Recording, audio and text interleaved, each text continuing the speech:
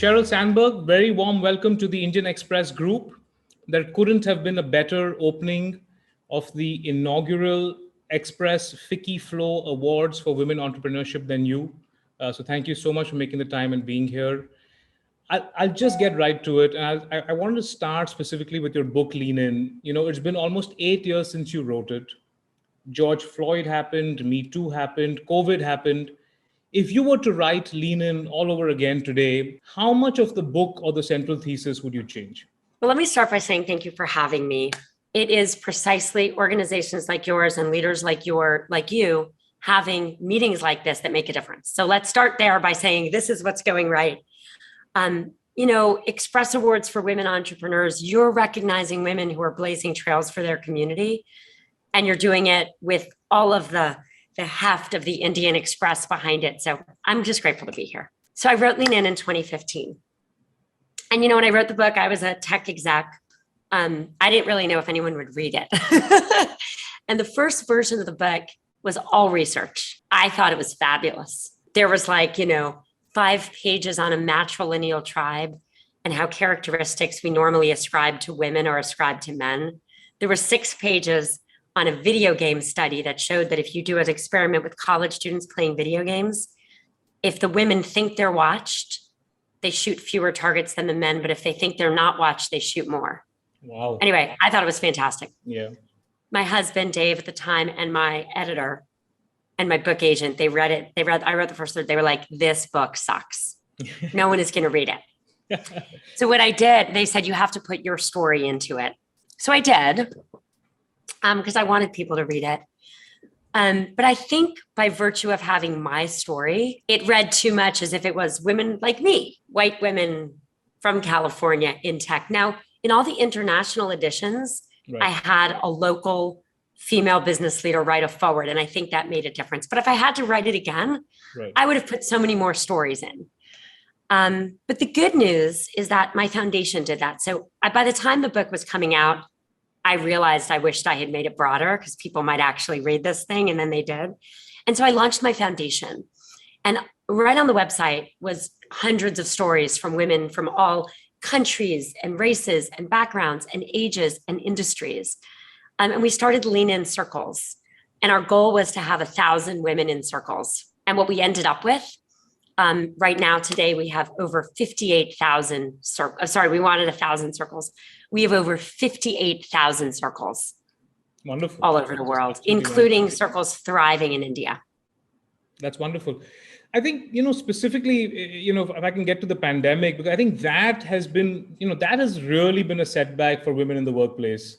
I think one of your own surveys showed that 25% of women are considering downshifting or leaving work due to just burnout. So if you can spend a minute specifically on the impact the pandemic has had on the Lean In, just on women in the workplace. Yeah, look, COVID is a health crisis.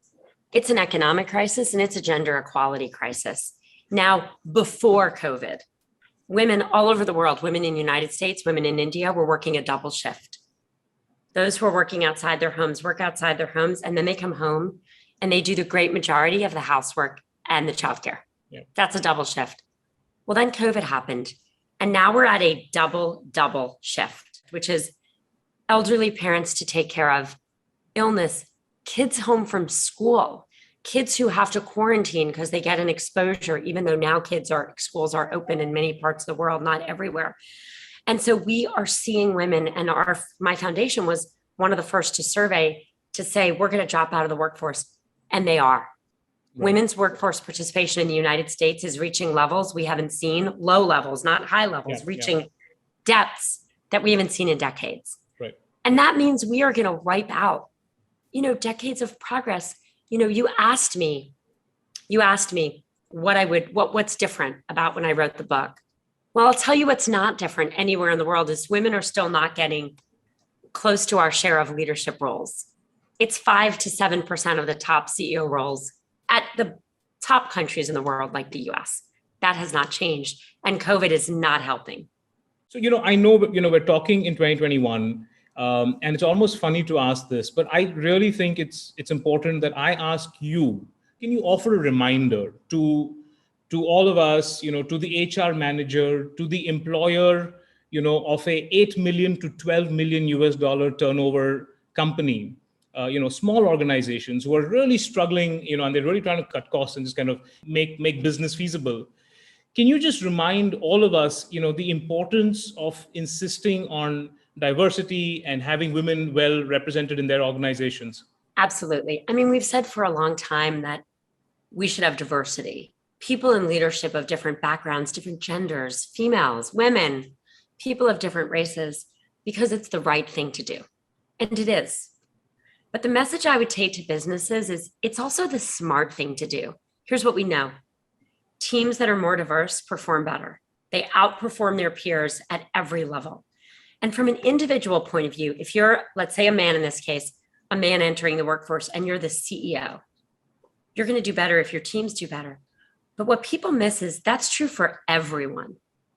If you are the most entry-level employee and you can work better with half the population, if you add race into that, it's usually more than half the population, you're going to outperform. So it's in the company's interest, but it's in your individual interest to hire, to promote, to have a diverse management team. Whenever people think about India, and whenever I travel abroad, people always talk about our demographic dividend and just how young our population is. So, Sheryl, I want to share with you that, all statistics tend to show that there have never been as many women in college in India as there are today. And there are certain subjects where there are more women than men, in college as well. So what advice would you give these women who, they're graduating out of college, out of an Indian college, they step out of college and they see a glass ceiling? What is the advice you'd give them? Okay. The most important advice I have to women in college, in India, but everywhere in the world is don't leave before you leave. And I want to explain what I mean. I'm going to ask you a question. When you were choosing to go into your field, did anyone ever say to you, you shouldn't become a journalist, you shouldn't go to the Indian Express because don't you want kids? No. Anyone ever say that to you? Of course not. You're a man. Do you know how many people have said to me at different stages, not anymore since I'm 52, but at different stages, are you sure you want to do that? Right. When men enter the workforce, we tell them to go for it. When women enter the workforce, we say you can't have it all. And has anyone ever said to you, you can't have it all? Of course not. Because what have it all means is a job and a family. But most women do actually have to work and they have jobs and families.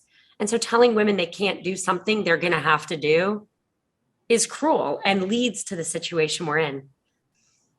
When I say to women, lean in, this is how I came up with the phrase, lean in, go into the workforce striving for the top. And then at any point, if you want to have kids, if you want to take a step back, if you can afford to, great, I fully support that. But don't go in holding back because you know what's going to happen? You're competing with some guy, you're starting here together. Right. He's not holding back. You're holding back. Right. Fast forward 10 years when you have a family or however many years it is. Right. You're working for him. Right. He's higher paid. He's making the decisions on when you meet. If you were actually, he's working for you. You can afford childcare and stay in the workforce. You just give yourself options. Lean in has never meant stay in the workforce and go for the top for everyone. Yeah. It just means don't hold yourself back and then make decisions from a position of strength. So to every young woman out there, you can have it all. Right. Go for it and then give yourself more flexibility. So my wife had a book club, and I called one of her friends in the book club who read your book when it came out. The one question that came to me from my wife's book club that was very interesting was the question of privilege. The fact, she lives in India, in Mumbai as well, but she said, I can lean in and I can go to the workplace because I have the privilege of being able to hire some other woman who doesn't have that privilege to take care of my child while I am in the workplace. So the idea that there is a certain financial privilege which gives an upper hand to leaning in, how would you respond to that? I mean, what happens to a lot of women is they hold back and they wind up working the same hours for less pay, less responsibility, less impact, and less flexibility. Right. I say to people, do you want to be CEO? A lot of men say yes. Most women say no. Well, why don't you want to be CEO? Because I want to have a family. And then I say, okay, if you have a meeting with your CEO, whose schedule sets that meeting? I have probably more flexibility than I would have if I were more junior. Right. Mark has the most flexibility. Guess whose calendar sets mine? Mark's. Guess whose calendar? And that doesn't mean that he's not considerate of my calendar. He is. And I'm very considerate, I hope, of the people who work for me. But as you get more senior, you get paid more. Yeah. You have more control. You can have more impact. And so the idea that you don't want to go for it in order to have flexibility, I think is exactly the wrong idea. Right. Sheryl, when you joined Facebook, you were considered the most powerful woman in tech, arguably the most powerful woman in business. More 10 years later, you're still the most powerful woman in tech and still the most powerful woman in business. Is there a glass ceiling that Silicon Valley has, which is tough to break? I mean, look, in the highest countries like the United States, women have 7% of the top jobs.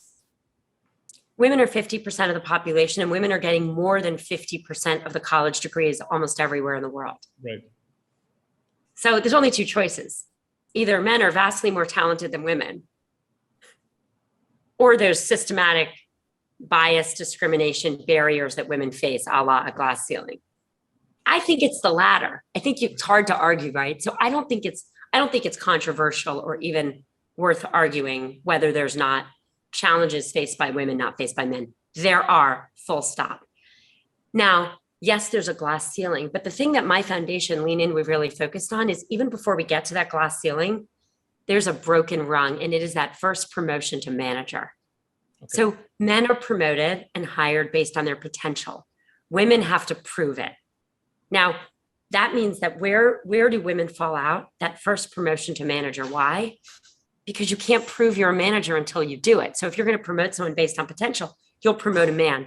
So more men than women are getting promoted to manager. So the inequity starts a few years out of college. But once it's uneven, it continues to be uneven.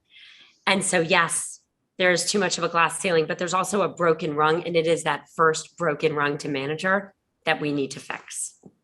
And again, hats off to you for having this conversation with so many people.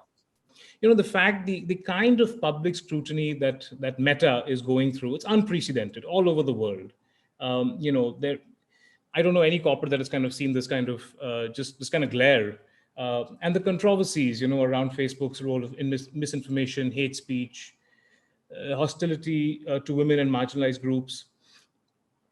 First question is, how do you see all this scrutiny playing out? And the second question is, do you think your position and your personal credibility, both men and women idolize you, especially in Silicon Valley. Your personal credibility as this rare woman leader in big tech, does that help Meta emerge stronger from all this public scrutiny? I don't know if my personal credibility helps, but I'll tell you what I do know is that we have a responsibility to get things right. Mark has a responsibility. I have a responsibility. And I sit here today knowing how much we've invested to make sure the good happens on our platform and not the bad. If you go back 5 years ago, I would say there were a lot of things that really caught us by surprise.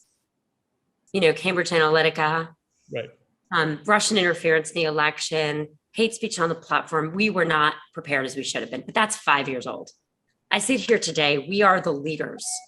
We invest the most, we are the best at these things. Now, it's still never perfect.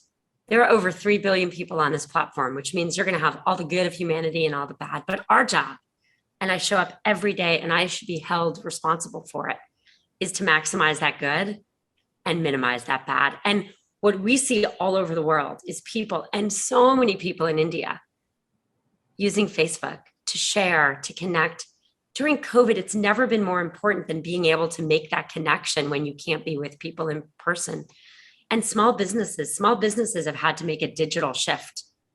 When things shut down, they had to reach their customers online.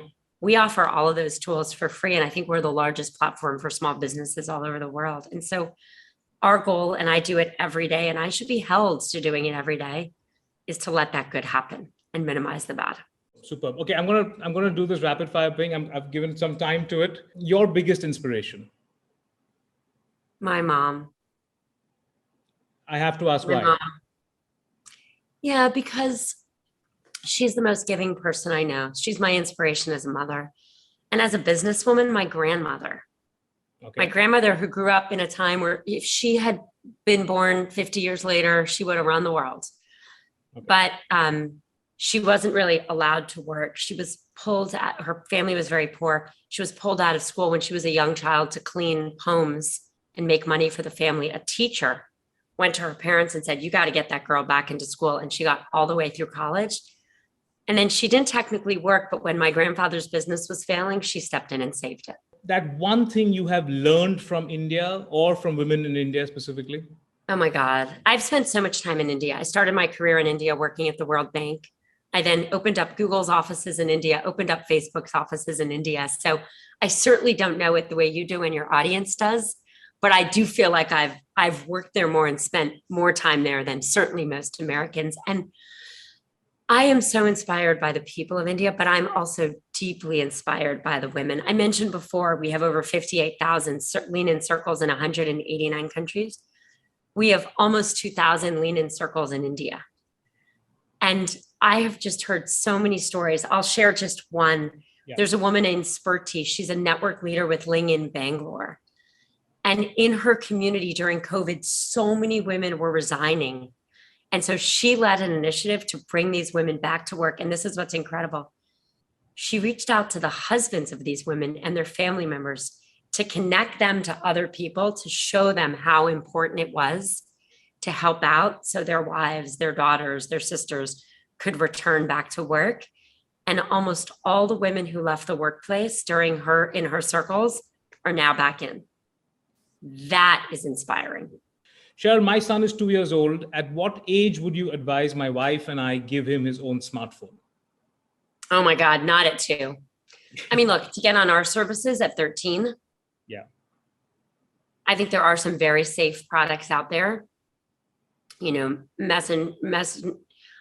where you can let kids start learning how to use technology. Right. I tried to teach my kids to code when they were super young, 5, 6, 7, programs like Scratch that are really easy. That I would certainly do. The next big innovation out of the Facebook campus that you are most excited about? The metaverse.